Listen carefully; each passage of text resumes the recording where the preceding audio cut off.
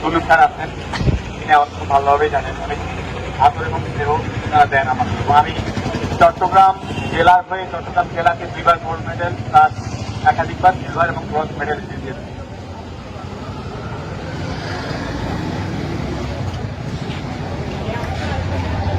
তো আমি মনে করি আমার একটা দায়বদ্ধতা আছে।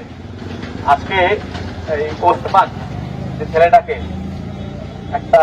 এটা হত্যা করা হলো রোডের মধ্যে, এবং সেটা করেছে তানিম হোসেন, তার বাবা এরশাদ, বড়পোল আদি শহরের পুরানিবাসী।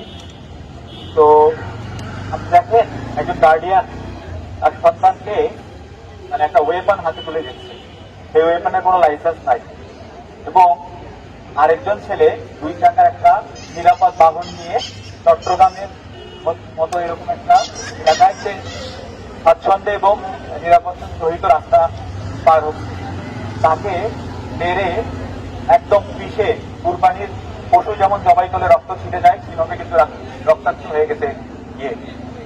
তো এবং বড় পোলের 4 রাস্তার মোড়ের মধ্যে একটা যে জায়গা, এটাতে তো স্পিডিং করার কোনো সুযোগ নেই। তো এই আশকরাগুলো কোথা থেকে পায়? আজকে যদি এর বিচার না হয়, বিচারহীনতা সংস্কৃতি যদি চট্টগ্রাম থেকে উঠে আসে, তাহলে কিন্তু এই অপরাধীরা পার পেয়ে যাবে। এবং আমার একটা দাবি থাকবে যে এই হত্যাকাণ্ডের সুস্পষ্ট প্রমাণ আছে, পুলিশ গ্রেফতার করেছে গাড়ি সহ, এবং অন স্পট যাকে হত্যা করা সে অন স্পট মারা গিয়েছে এখানে, এবং এখানে সাক্ষী অগণিত।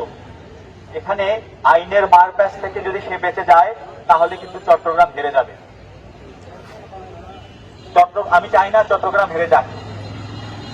আপনারা যারা সাইক্লিস্ট আছেন তাদের প্রতি একটা দাবি, খুনিকে অবশ্যই খুনি হিসাবেই বলবেন, এবং আপনারা কখনো নেগোসিয়েশনে যাবেন না। আজকে যদি নেগোসিয়েশনে যান, একদিন আপনি অথবা আমি এদের টাকার নিচে পড়ে পিষ্ট হয়ে যাব, সেদিন রক্ষা করার জন্য কেউ থাকবে না। সুতরাং অন্যায় যে করে এবং অন্যায় যে সহে সমান দায়ী। আমার সামনে যারা আছেন মিডিয়া কর্মী, সাংবাদিক ভাইয়েরা, বোনেরা, আপনাদের প্রতি অনুরোধ থাকবে, আপনারা বস্তুনিষ্ঠ এবং সঠিক সংবাদটা উপস্থাপন করুন। মেইন স্ট্রিম মিডিয়া থেকে আমরা প্রথম দিন দেখেছি পুলিশের বরাত দিয়ে বলেছে 15 থেকে 17 বছর বয়স। পুলিশের বরাত কেন দিতে হবে যেখানে রাস্তায় রক্ত এখন শুকায়নি, এবং চট্টগ্রাম সিটির ভেতরে বড় পোলের মতো একটা জায়গা, আপনি অনুসন্ধানশীল সাংবাদিকতা করেন, আপনি খুঁজে দেখেন তার বয়স কত। বয়স লুকানোর সংস্কৃতি এগুলো চলবে না। এটা আপনার সাংবাদিকতা, এটা আপনার আমার সততাকে প্রশ্নবিদ্ধ করে। তো বাংলাদেশে যত বড় আন্দোলন, বড় ধরনের যে এগুলো হয়েছে, সবগুলোতে সাংবাদিকদের ভূমিকা রয়েছে। তো আপনারা নিজেদের নিরাপত্তা, নিজেদের আত্মসম্মান বোধ সবকিছুকে জ্বালানি না দিয়ে আপনার সত্য সংবাদটি উপস্থাপন করবেন। তাহলে আমরা যে আইন প্রণেতারা আছে তারা কোনো ধরনের ভুল সিদ্ধান্তে যাবে না। আমরা এখান থেকে এই আজকের দাবির মঞ্চ থেকে একটা জিনিস ঘোষণা দিতে চাই, আমরা এর বিচার না হওয়া পর্যন্ত আমরা থেমে থাকবো না। বিচার শেষ দেখতে চাই আমরা আজকে র্যালি করবো, র্যালির মাধ্যমে সবাইকে জানাবো। আমরা এখানে উপস্থিত যারা আছি তারা তাদের সোশ্যাল মিডিয়া সহ সব জায়গায় অতিরঞ্জিত করার দরকার নেই ভাই। যে একজন খুনি একটা ছেলেকে রাস্তায় অন স্পট খুন করেছে, রাস্তায় রক্ত শুকায়নি, তার তো বাসায় বসে তার তো পূর্ণ সেফটি থাকার কোন সুযোগ নেই, নাকি আছে?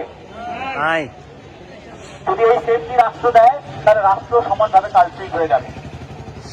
সবার কাছে অনুরোধ, আপনারা এই খুনের বিচার না হওয়া পর্যন্ত আপনারা কোনোভাবে নেগোসিয়েশনসে যাবেন না। আপনারা যদি কোনো নেগোসিয়েশনসে যান, যে আত্মাটা আজকে চলে গিয়েছে আমাদেরকে ছেড়ে, তার সাথে বেইমানি করা হবে। চট্টগ্রাম কখনো বেইমানি করে না, আপনাকে প্রমাণ দিতে হবে আপনাদেরকে। সবাইকে ধন্যবাদ যারা আসছেন। আর শেষ কথা একটাই, আমরা সাইক্লিস্ট সবাই ভাই ওসমান হত্যার বিচার চাই।